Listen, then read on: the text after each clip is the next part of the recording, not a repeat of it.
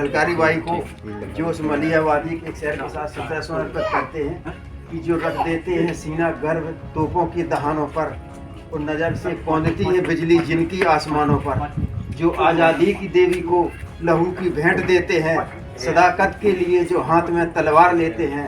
मैं उन्हीं के गीत गाता हूँ, उन्हीं के गीत गाता हूँ, उन्हीं की स्तुति करता हूँ। है कि जिनका इतिहास छुपाया गया और इतिहास की जानकारी जैसी होती जाएगी वैसे हर व्यक्ति के अंदर, हर बहुजन समाज के व्यक्ति के अंदर एक ऊर्जा नई प्रकट होती रहेगी यदि इनके इतिहास को समझा जाए। तो जैसा कि कहा जाता है कि इतिहास दो लोगों का ही होता है, राजाओं का और महाराजाओं का, राजा महाराजाओं और गरीबों का। तो राजा महाराजाओं का इतिहास तो लिखा जाता है, गरीबों का इतिहास लिखा नहीं जाता है। क्या लिखने की ज़रूरत है ना। पढ़े लिखे जो और सामाजिक परिस्थितियाँ, धार्मिक स्थितियाँ ऐसी रहीं कि हमको पढ़ने का मौका नहीं दिया गया। तो पढ़ने का मौका देने से हम अपनी बात को लिख नहीं सके। कितनी भी अच्छी बात रही हो लेकिन हम शिक्षित नहीं थे तो हम लिख नहीं पाए। तो लिहाजा महाराजाओं का इतिहास तो लिखा गया और छोटों को नहीं लिखा गया, और उसी के शिकार झलकारी बाई भी हुई ना। हम इस भदवा की धरती पर तीसरी बार आना हुआ है और बहुत ही भदवा की धरती से कितने प्राप्त। आज हमारा पूरा देश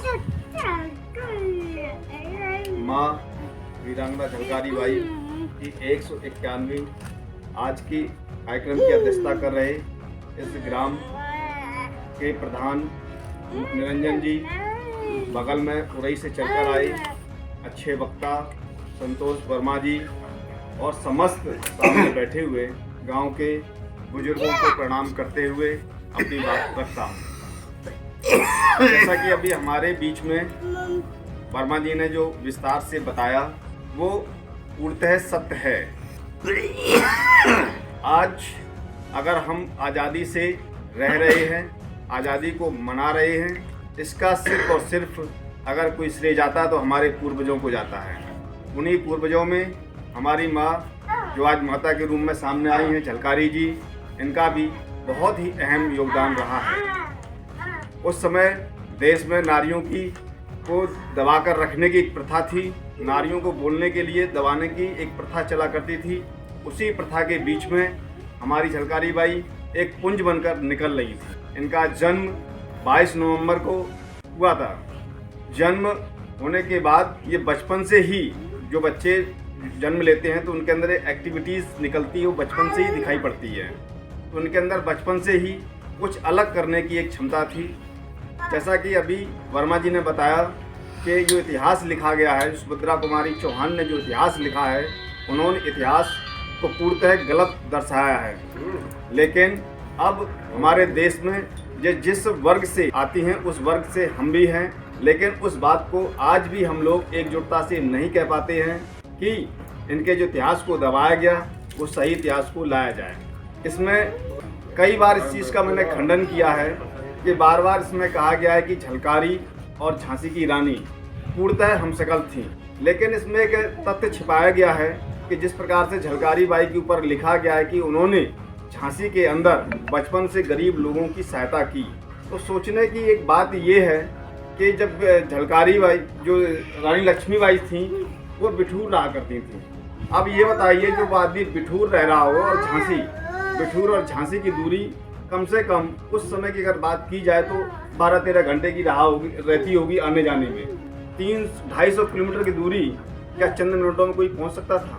नहीं पहुंच सकता था। उस समय वहां पर जो नाटकों में आपने देखा होगा कि रानी लक्ष्मीबाई पहुंच जाती थी अंग्रेजों के खिलाफ लड़ने के लिए, वो रानी लक्ष्मीबाई नहीं जाती थी, वो उस समय वहाँ झलकारी लड़ा करती थी। क्योंकि रानी लक्ष्मीबाई तो 11 साल की उम्र में शादी होकर वहाँ पहुँची थी, और जबकि झलकारी तो बचपन से ही वहाँ लड़ रही थी।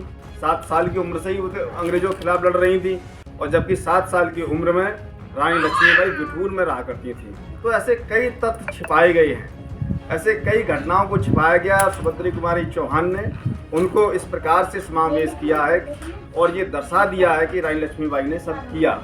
जिस प्रकार से वर्तमान की बात की जाए कि वर्तमान में जो मौजूदा सरकार है वो जो इस देश का संविधान चलाने के लिए एक संविधान होती है, गरिमा होती है, उस गरिमा को किस प्रकार से मोड़ रहा है ये आप भी समझ रहे हैं और अन्य समाज के लोग भी समझ रहे हैं। उसी प्रकार से जब अंग्रेजों ने यहाँ हमला किया, हमारे वर्मा जी के उन्होंने जो अभी बताया उससे हम पूर्णतः सहमत हैं कि उस समय रानी लक्ष्मीबाई को अपने राजपाट से लेना देना था।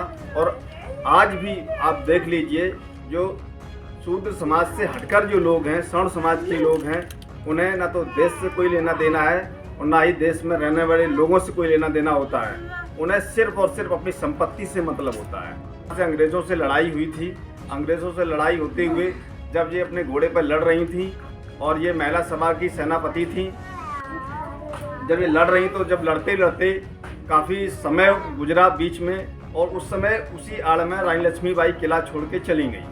अब ये बताइए, जब युद्ध चल रहा हो, जो हमारा ही संरक्षक हो, उसे अपनी प्राणों की चिंता क्यों हुई?